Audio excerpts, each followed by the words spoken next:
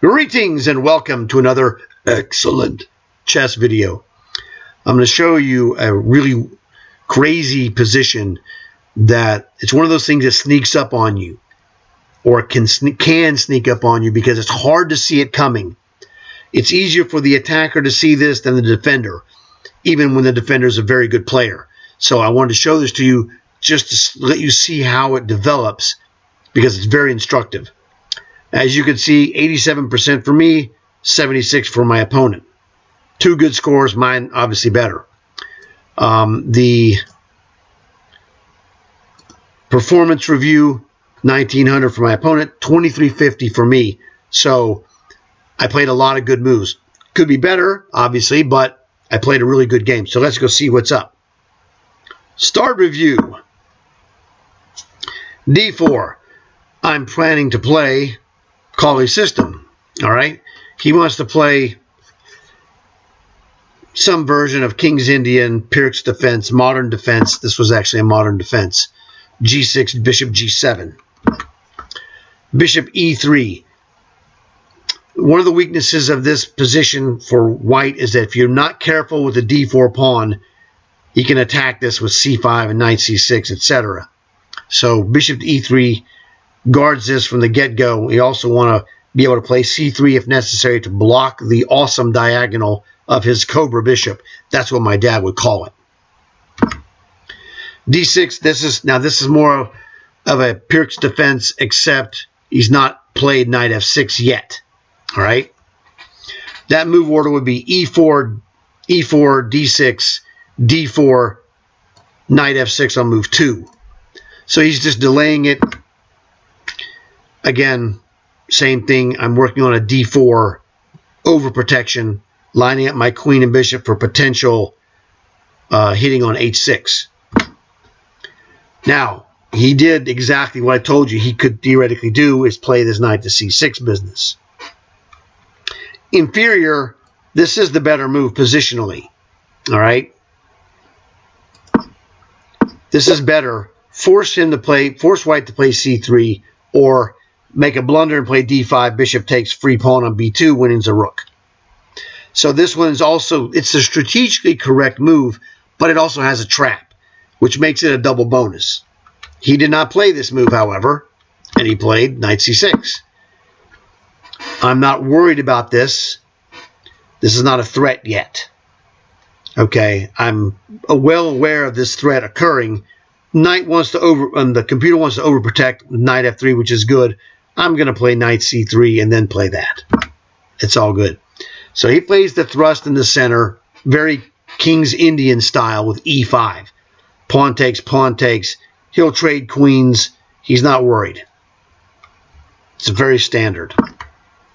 Me, the computer likes the idea of the pushing forward of the pawns in the center, gain the space advantage.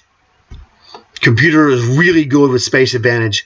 I'm no slouch myself, but I'm no computer.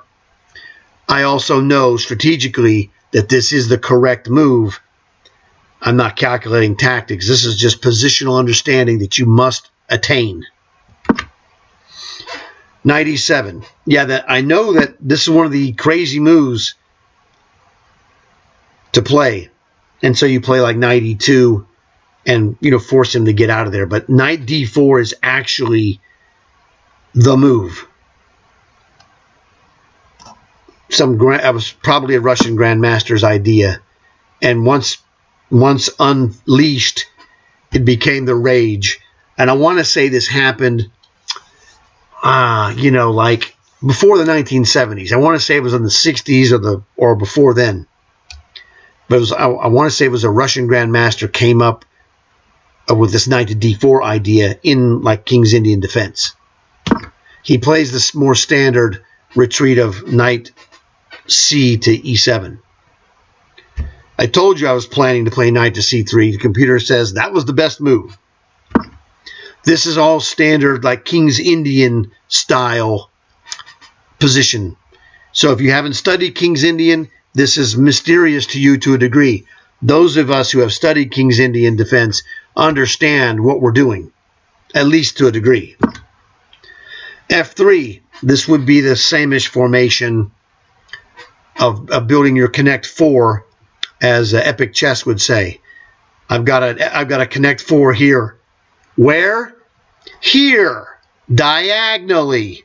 Classic commercial from the 70s. Absolute classic. So I built my connect 4 diagonally. What this does is this prevents this knight from coming here. Now he's going to play knight h5 and then f5. This is classic King's Indian if you've studied it. If you have not studied classic King's Indian, whoever has the lesser amount of study is at a slight disadvantage. Let's find out, shall we? He should be playing, I think, knight h5 relatively soon. In fact, the computer wants me to stop it with g4. So I haven't actually studied King's Indian with a stockfish. I did it the old-fashioned way with chess books. But I see now that this g4 is a good idea that I normally play, but I would play it, let maybe knight e2 and then g4 or castle first. I realize now I need to do it as early as conveniently possible. See, I told you the computer was going to say he needs to play knight h5. This is standard King's Indian behavior. Grandmaster standard, all right? And it's filtered down. He hasn't played knight h5, so this is the better move. Knight ge2, setting up g4. It's, you know, nitpicking differences. I'm playing all the right moves. Maybe I don't play in exactly the order the computer would like, but I'm playing the good moves in a fastish amount of time. I've used 240. I've used 11 seconds. He's used 15. So when he trades, you take with the C file. All right. This is a huge blunder positionally. You don't want to do this. This makes his F5 push even more strong. So again, you've got to understand and learn the different strategies positionally. You could also play knight to d5, knight takes d5, but he's going to trade. The thing is, you don't want to play this move, and I'll tell you why. Is this playable? Yes. Does it lose for white? No, it does not. But you don't want to play this move. The reason you don't want to play this move is you're allowing this inconvenienced knight to get out of jail. You stay in jail. I don't let you out of jail if I can help it. All right. So positionally, we play c takes d5 like this because someone in my past, a master, taught me don't play knight takes d5 because you want to maintain this knight being in jail. It's a little advantage, tiny, but it's there and it exists for real. This is what happened back in the day when you were in chess tournaments or chess club where you have strong players, stronger than yourself, to give you this information that helps you as it comes up in games. Okay, so what is he doing? He plays a crazy sacrifice idea, which actually doesn't work, but he's used 19 seconds, I've used 12 seconds. I'm like, you know what? I'm not going to invest 30 seconds, or more. I don't have to take you. It's a junk move. Now, it's inferior. Right, I'm going to show you the sequence. You take it. I thought, well, he's going to play knight takes, which is fine. So what? What you do is you just castle. You take my bishop? Yes, so what? That's what my dad would say. This junk knight is still junk, okay? And this makes his sacrifice absolutely worthless. I just castle. It's just goodbye. He doesn't have queen to threatening a checkmate. Queen to h4 doesn't work. He can't move to threaten it because I would just go bishop to g5 and stop it. I didn't look at this because I'm like, I'm not going to waste the time in a blitz game, 3-minute blitz game. Okay, if you want to take my bishop, queen takes, and you kiss it goodbye. This is done. He's done. There's nothing here. I was like, I can play this other good move fast. I'll play this other good move. I'll just castle. It's still a good move, but you can win, take the bishop, etc. It was such a good move, he went back. I'm like, look, I was plus 3.5 if I take it, but I got to do some complications and thinking. I'm like, let me just positionally take care of this in like what? 3 seconds. In 3 seconds, I played castles. He goes back, and I'm plus 1.6. I have the positional advantage. When you have a positional advantage, why would you go into complications? Just take your positional advantage and kick his ass. All right? That's what I'm going to do. All right? That's what I'm going to do. That's what I'm going to try to do. Yeah, there's another idea of rook f c1 as well. Okay, so retrospectively, this is probably more to the point. I thought about it. I wasn't sure. I go, well, whatever. I'll just do this.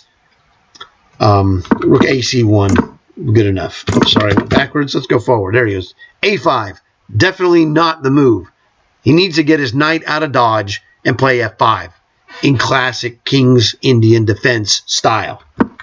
Classic meaning grandmaster. Like, oh, look, you're going to give me a Swiss cheese hole on b5. You better believe I'm going to take it. And I go here with the threat of taking his pawn. He trades bishops. Not the best move. Computer still, and correctly so, knight e8 is a great move. It gets out of the way, allows him to play f5, and defends this. So he's playing defense here with the knight, and offense by playing f5 with the pawn. Tremendous dual-purpose move. The other one, though, is to take. I take it back. I'm gaining control and action on this A file. Notice he can't play this. I would just play, actually he can, well, yeah, he can't play that. I play rook takes, and if he wants to play, he has to play knight takes, because I'm threatening to take on A5. So he plays A4. I'm like, really, dude? That move doesn't do anything. And if you're not going to do anything, I'm going to do something. All right? Actually, when I played this was a safety move, right? It's safe here. I'm like, you idiot. The better move is rook to c4. This is the move. Now, the computer still thinks knight c3 is the best move. It is still a really good move. But rook c4 is an awesome move because I'm threatening to take that pawn. Now, he can defend it with queen to a5, but I could just play queen takes, rook takes, knight c3. I'm still going to get on this c file. I didn't play that. I played this safety move, dummy. Really? a3. That's your genius move. I'm not going to take you. I could take you. Computer says rook takes, rook takes is the move. Here. Queen a5 was better for him, but I'm going to double rooks. It doesn't matter. Anyway, here, it says this is the right move. And I would just double rooks. But that's still a good move. He said, oh, I can't double rooks. He's attacking my bishop. So that's the weakness of having the rook on the knight square. Stupid me. He played a stupider move. He wants to play rook takes, pawn takes. Why? I don't know. It doesn't look like I'm getting anything. I do have an access to hit this. I don't care for that. I'm like, nah, I'll play b3. Queen a5 would be a good move. Now, he finally plays on move number 19. I'm sorry, make it move number 17. He finally plays knight h5, which is the classic King's Indian move. Well, it's a little late there, Junior. I'm 2 pawns up positionally. I had the material is dead even. 4, 7 pawns. I got 7. Space advantage. I've got to connect 4 in hand. He's in trouble. Now, this bishop isn't the greatest bishop of all time, but he's doing a job that's useful for me, so I'm good with it. And you'll see why momentarily. This is what happens here, is that there's a positional buildup happening on the queen side. Black has not really gone with this king side business as rapidly as he needed to do, which has given white the time to make this queen side buildup, even though it was an inferior from an objective computer standpoint. I didn't do it the best way, but I'm doing something good even if I didn't do it 100% correct, all right? That's why I was 2350 on the performance and not 2650. I'm getting better. I'm learning, okay? Sue me, I'm learning. And I'm the only guy you know that's over 60 that's actually improving in chess, okay? Well, you're already a chess master. Yeah, well, I'm getting better all the time doing these videos for you guys. Working for you on videos actually makes me stronger. I'm here to pump myself up. Ha ha ha ha. Okay, doubled rooks in killer fashion. You're a day late and $1 short, my brother. Okay? When I looked at this, you know, the computer was like, yeah, rook c7 is crushing, because I don't have an evaluation bar for real, but I have my own version of it in my head, and I go, it's rook c1, Bobby Fischer, and then rook c7. You know, Magnus. It doesn't take Bobby Fischer or Magnus to play rook c7. Okay? It just takes me. And they're much better than I am. Okay, right? I'm better than Bobby Fischer because he's dead. But other than that, you know, he would have the advantage. F4. I didn't know the computer would call this a question mark mistake, but I would have. He needs, clearly, like this showing you, to open this file. I don't have to take it, but I will. He's got some compensation, okay? And he'll play knight back, etc., but he's got some business. Here, he got no business. Business is closed. And actually, not only is it a bad move, but it's a really bad, in fact, it's almost double question mark. It's that bad. The reason it's bad is because I saw what's happening. The buildup is coming. All right, this is the buildup before the storm. And the storm is the reflexive move for most players is bishop to f2, a fine and safe move. But that's not the move. That's the move. And I saw this coming. I'm like, bro, you in trouble now. As soon as I played rook to c7, I know that bishop is going to go on b6. And look at this. With two bishops, I'm annihilating this entire file. He can't do anything here. I'm threatening to drop the mega hammer on this guy. With donk, he's losing material. All right. By bishop to b6, which he forced me to play it. I was going to play it anyway. He didn't have to force me, but he forced me. I mean, like I said, f4 is so bad that it should be double question mark, because it forced me to go to the correct square. And this is the thing that was really wild. This guy looked at this position and it's like, I don't know what he's saying, but you know, we weren't talking, but in his mind, he's like, every move I make loses. He is in ZugZwang right now. You have probably not seen a position where move 20, it's white's move 20. My opponent was thinking, and he just gave up and let his time run out, because he is on move 20. He is in ZugZwang. Everything he does loses. Now, it's not like checkmate ZugZwang or I'm queening a pawn in the endgame ZugZwang. This is middle game ZugZwang, which is super hard to find. It doesn't happen very often. And I think the computer showed, when I first analyzed this, in the analysis before I made the video, was I think queen to b8 or rook to b8 is actually the best move. It's like, really? Something bizarre, okay? He resigns, okay? I think this is actually the best move, according to the computer. Yes, that is the best move. Just to give away a knight. If he tries to hold the knight, he loses his queen. I think there's a line that I looked at where he lost his queen for rook and bishop, but the bind is still in place. So it's losing, and you're still being, you're all bound up and you have no out. So, like I said, this is one of the things that's very tricky, not obvious, but obvious. The alarm bells, the spidey senses should have been going off. He played f5, which is the best move.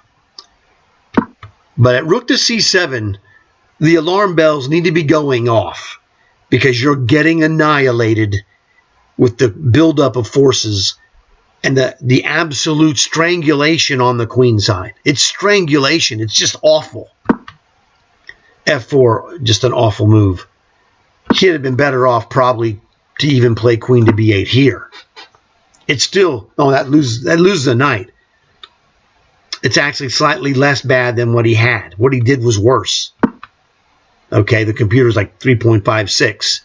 Here, it's 4.07. It's actually worse than playing queen to b8. Or knight to c8 is another one. But it's this position, what happened with this formation is that when you have the connect 4 diagonally in King's Indian, this is what this has become. Now, it was a modern defense technically, but modern defense, Pirc defense, and King's Indian defense are all like this. And even to a degree, some elements of Sicilian Dragon, they're all from the same structural family. And this just went awful.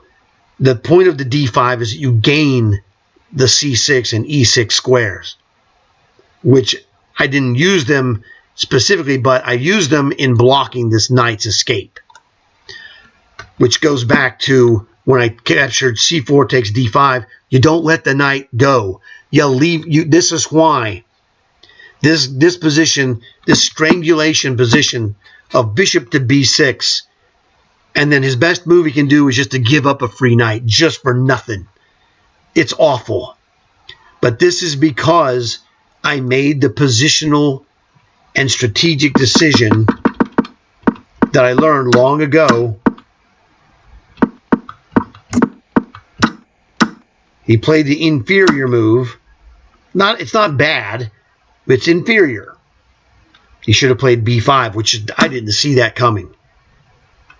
Playing b5, pawn takes, and I can play bishop takes or knight takes. Probably bishop takes is better. And maybe he plays d5. I don't know. Let's look at this. Let's go back here. He says, all right, now this is the rule. The Nimzovich rule is attack the pawn chain, c6 and b5 at the base. That's why the computer, has the calculations, but this was known and explained by Nimzovich in the early 1900s to take the pawn base, take on c6. So he has to play basically, oh no, I'm sorry, not this move. He plays this move because in between move with a threat on the bishop, we have to take, and now he'll take back. He's got a backward pawn, which is awful. But there is some, he can play, for example, bishop to e6. It's not as awful as you would think. It's bad, but it's not dead. And he got dead really quickly. White has the advantage here, clearly. You see the bar. My feeling is that there's an advantage. The computer says it's almost a pawn's advantage. This is a strategic advantage for white, but there's a game to be played, and it's not a gimme. And that's the key. We're going to castle short. He's going to play this knight h5, f5, and he's got life, okay? I didn't see that b5 was really such a great move, but it is. He took, which is the more commonly played move, and again, I played strategically correct. The grandmaster's move is c takes d5. That is the grandmaster's move, and you see why now. You don't have to be a grandmaster. I'm certainly not one. But here, I mean, this position, he wasn't 100% paying attention, I guess, and I'm cleaning his clock as a result. Because, the alarm bell should be going off, son. You got to take care of your business. Rook to c8 seems like a move that might be good. He's got a knight to defend, so he can. If I take, he takes back with a knight. He's good. Yes, the computer agrees that is the best move. That is what I said is the best move because like I said, this position is easier to see from the attacker's side. From the black's perspective, you've got to be a much better player to anticipate that you got to play rook to c8 to blunt the effect of the doubled rooks. And I can triple the stack as the computer says you need to play queen c2, triple stack. So, I got a triple burger right here. I don't call it that, but, that's a good thing to call it. It says, eliminate the triple stack, obviously. He could technically play queen to c8, but it's probably not the right move because I'm going to play queen to c7 and I'm going to infiltrate on the 7th rank. This is okay, but I say rook queen c7 is to me the move. Yeah, it is. I'm playing stockfish moves right now because this is obvious stuff. Man, he's going to drop this pawn, but the knight's hanging. He doesn't have a choice. This is the best move. Queen takes free pawn. And I'm going to play rook c7. I mean, this knight is still in jail. Look at this guy. He can't move. No, no, no, no, no. Yes. out of all the moves he can make, one of them doesn't lose. Wow. Okay, now you see you got a double attack here. I got a single defense. Kaboom. Double defense. Pawn takes, pawn takes. Again, you don't want to undercut your pawn structure. It's going to say pawn takes is the best move. Correct. The bishop on e4 is inferior. This is inferior conceptually. It's okay, but he's got a double attack here that wins a pawn, so it loses tactically, but it's inferior because it weakens your pawn chain. And the weakness of the pawn chain is exploited by the tactical taking of the d5 pawn. So you learn about your pawn chain. He did the right thing. He attacked the pawn chain as far back as possible on e4, and now the base, my connect 4 has been broken from g2. The base is now e4. Hey, you can't, it's not a perfect world. What a nasty move that I did not see coming. Oh, geez. This is why I do these videos. It's like, look at this jerk. I can't take this. Pawn takes knight, queen takes queen. If I take his queen, he retakes with a knight, and I lost this free pawn. Why don't I just take this pawn? Knight d4 is the move I think that would be played. Oh no, that jerkweed. Ugh. Knight to g4?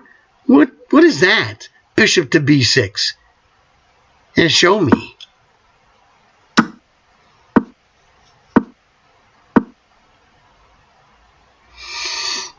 Okay, I see why you play this move now. I would have played myself probably this move. It's still winning, as you saw my bar. This is still a strong move. But the computer thinks, yeah, I see that my bishop is hanging. I got to move my bishop back, you jerk. And then he's going to defend this. What a freak. This is why the computer is a freak, all right? And I'm not a freak. So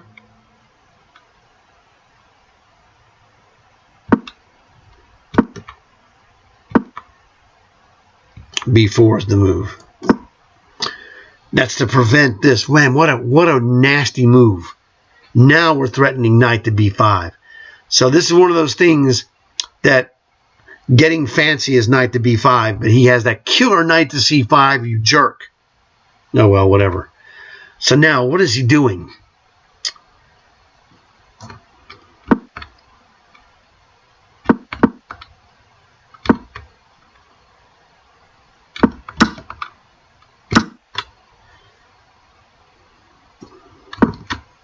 right?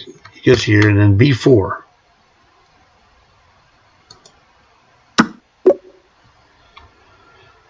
Okay, anyway, hey, that's what we should do, is play this. I'm sorry, is to play takes here, knight to c3, right?